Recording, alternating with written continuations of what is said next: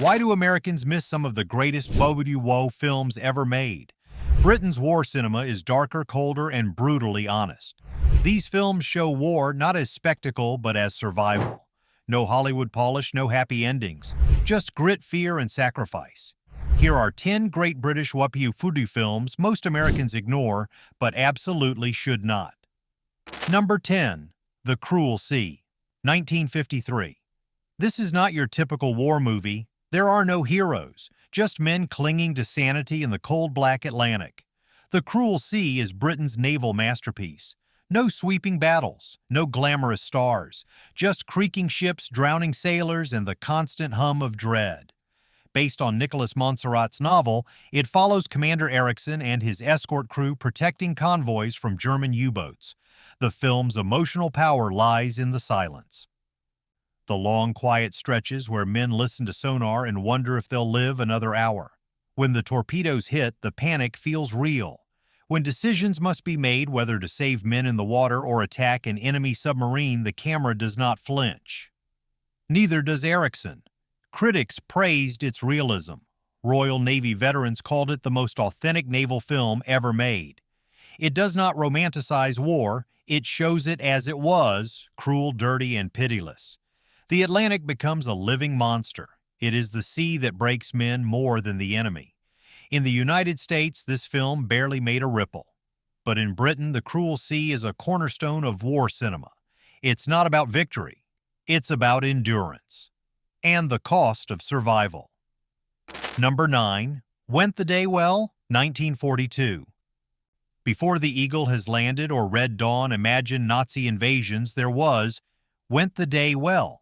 Filmed during the war itself, this British thriller dared to envision German paratroopers disguised as British soldiers invading a sleepy English village. The result is shockingly violent, eerily tense, and morally unflinching. It begins gently. A rural hamlet welcomes a platoon of British soldiers, teacups, choir practice, children playing. But slowly, the truth unravels. These are not allies. They are Nazis preparing a takeover. What happens next is nothing short of savage.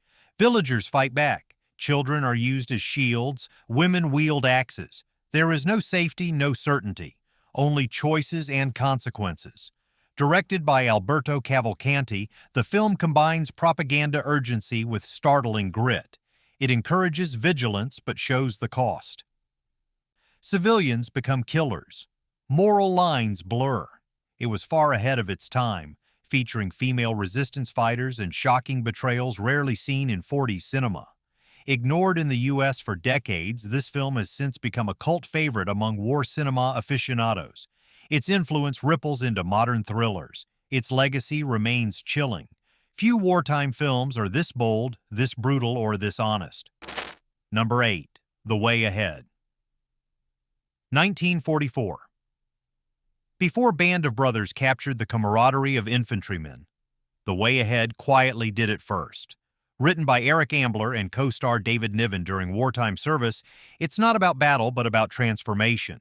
Civilians turned soldiers. Men shaped by discipline, fear, and each other. It begins with conscription. A diverse group of British men, middle-class shopkeepers, factory workers, and a bitter expatriate are thrown into basic training under a strict but fair officer. They clash, they crumble. But gradually, they begin to understand what it means to serve and survive. The film doesn't celebrate war. It dissects it. It questions authority but never mocks it.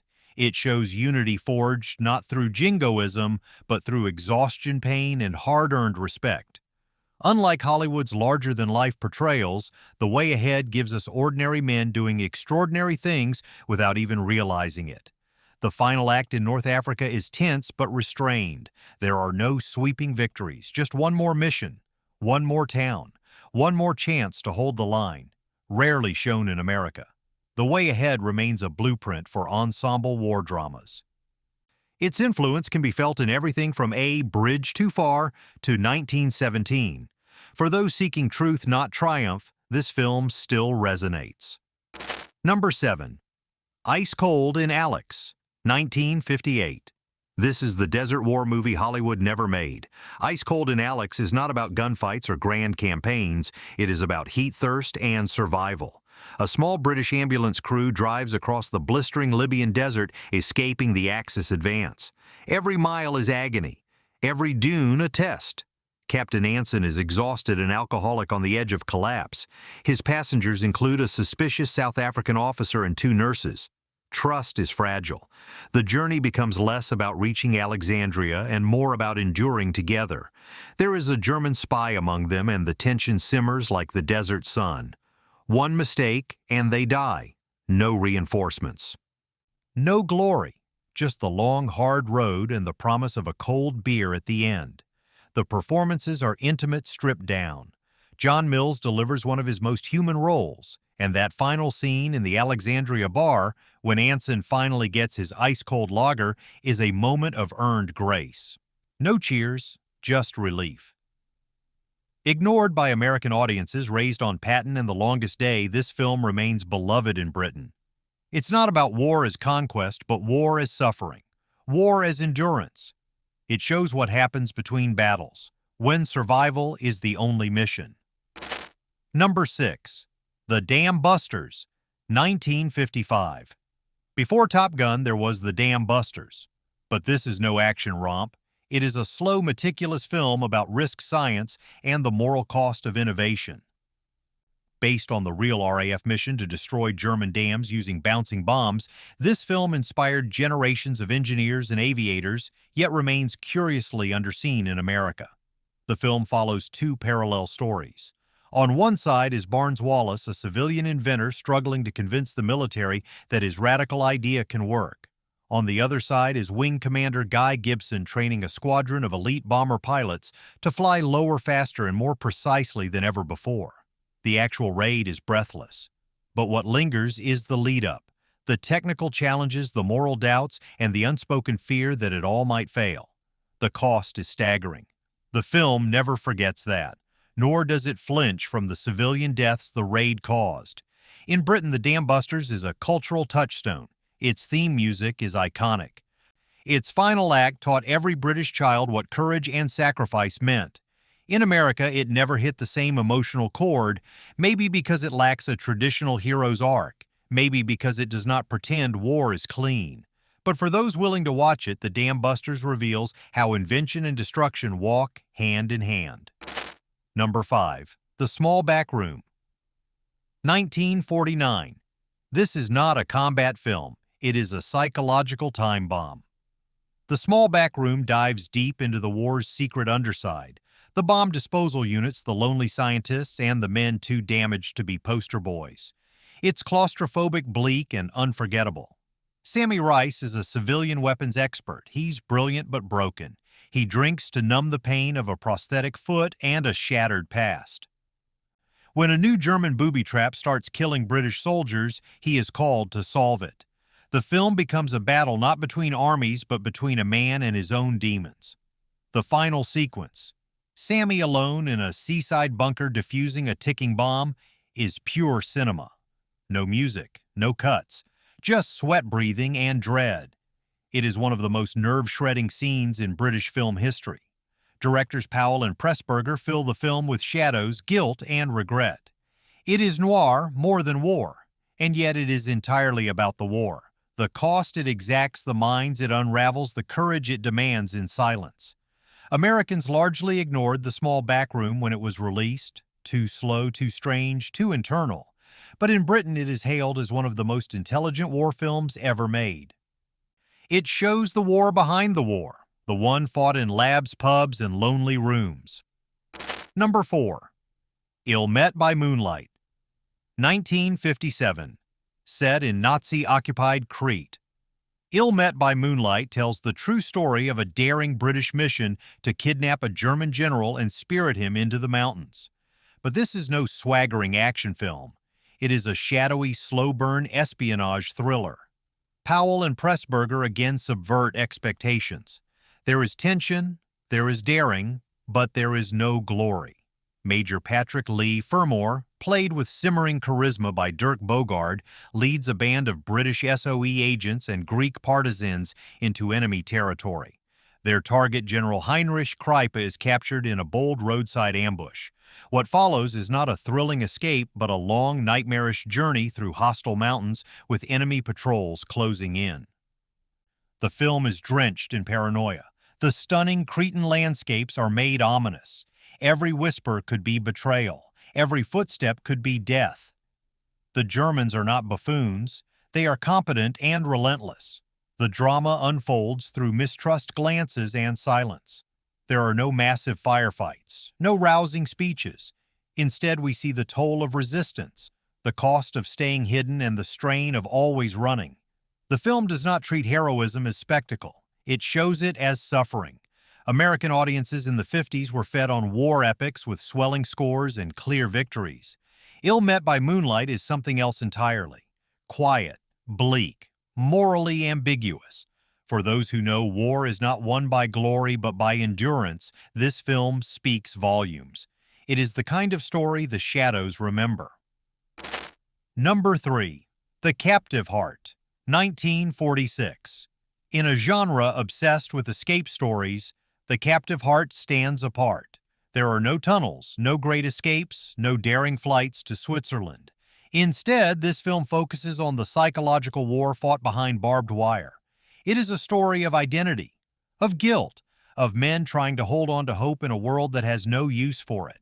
The film follows a group of British POWs interned in a German camp after the fall of France. Among them is Captain Karl Hasek, a Czech officer masquerading as a dead British soldier to avoid execution by the Gestapo. His forged identity must hold. Every word he speaks, every letter he writes could betray him. But what truly sets The Captive Heart apart is its emotional complexity. We see the POWs writing letters to wives and children trying to preserve the illusion of normalcy. We see their fears, loneliness, and small moments of humor. The film quietly captures the heartbreak of waiting, of not knowing if your family is alive or if they believe you are. The performances are subtle. Michael Redgrave's portrayal of Hasek is filled with quiet pain. He is a man at war with his own face, a stranger wearing another man's name, hoping to survive long enough to become himself again. Ignored in post-war America, where escape fantasies dominated, The Captive Heart was a national moment in Britain. It honored those who endured, who survived captivity with dignity and restraint. Not every prisoner digs tunnels. Some simply hold on, and in that holding lies a different kind of heroism. Number 2. The Silent Enemy, 1958. If Hollywood celebrated Navy SEALs and demolition teams decades later, The Silent Enemy quietly did it first. This tense British war thriller dramatizes the true story of Lionel Buster Crabbe, an expert Royal Navy diver whose underwater sabotage missions helped turn the tide against Axis powers in the Mediterranean. It's all about stealth endurance and the mental strain of being hunted underwater. The setting is Gibraltar. The Italians are sending human torpedoes and frogmen to destroy British ships in harbor. The film documents Crabbe's arrival and the formation of a covert counter-sabotage team tasked with detecting and neutralizing these threats. There are no grand battlefields here. The enemy is silence, murky water, a sudden explosion that means you were too late. Lawrence Harvey plays Crabbe with understated intensity. His portrayal is all grit and quiet resolve. This is a man battling pressure isolation and doubt, both above and below the surface. The underwater sequences are astonishing for their time, tense, long, and suffocatingly realistic. No stirring soundtrack, just bubbles the beat of your own heart and a growing sense of dread. The Silent Enemy is less about explosive spectacle and more about the forgotten labor of war. The tasks no one sees but everyone depends on. Its realism set the template for later underwater warfare films like Above Us the Waves and even The Abyss. Largely unknown in America, The Silent Enemy remains revered by naval veterans for its authenticity. It doesn't glorify combat. It honors effort, fear, precision. The kind of war where a single misstep means death and no one ever hears it coming. This is Britain's underwater war movie, and it still hits like a depth charge. Number 1. A Matter of Life and Death. 1946. This is not a typical war film. In fact, it barely shows war at all. And yet, A Matter of Life and Death may be the most profound British World War II film ever made. It is poetic, surreal, and philosophically bold, blending wartime trauma with metaphysical courtroom drama. David Niven plays RAF pilot Peter Carter. He jumps from a burning plane without a parachute after calmly radioing his last words to an American radio operator. But he wakes up alive on a beach. He was meant to die. Heaven's bureaucratic error spared him. Now celestial forces demand he face a cosmic trial to justify his life and his unexpected love for the woman he spoke to before jumping. What follows is a surreal blend of fantasy and reality. Scenes in heaven are filmed in monochrome. Life on Earth glows in rich color. The visual contrasts are dazzling. The ideas are even bolder. Free will, patriotism, love, and the legacy of war are debated in literal life-or-death terms. Made just after the war ended, the film channels Britain's national mourning into something transcendent. It is not about glory. It is about what war does to souls, why some must die, why others live, and how love can give meaning even to the most senseless loss. American audiences misunderstood it. Too quiet, too strange, too British. But in Britain, this film is sacred. For decades, it was shown in schools, hospitals, and even churches. It asks the hardest question: when death comes for you, what makes your life worth defending? A Matter of Life and Death is not just a film, it is a prayer for peace in a war-torn world, and one Americans should absolutely rediscover. These 10 British war films are not about winning. They are about surviving, about what war does to ordinary people. Hollywood may bring the action, but Britain brought the ache. These films still matter, so fire them up tonight and see war through a colder, clearer lens.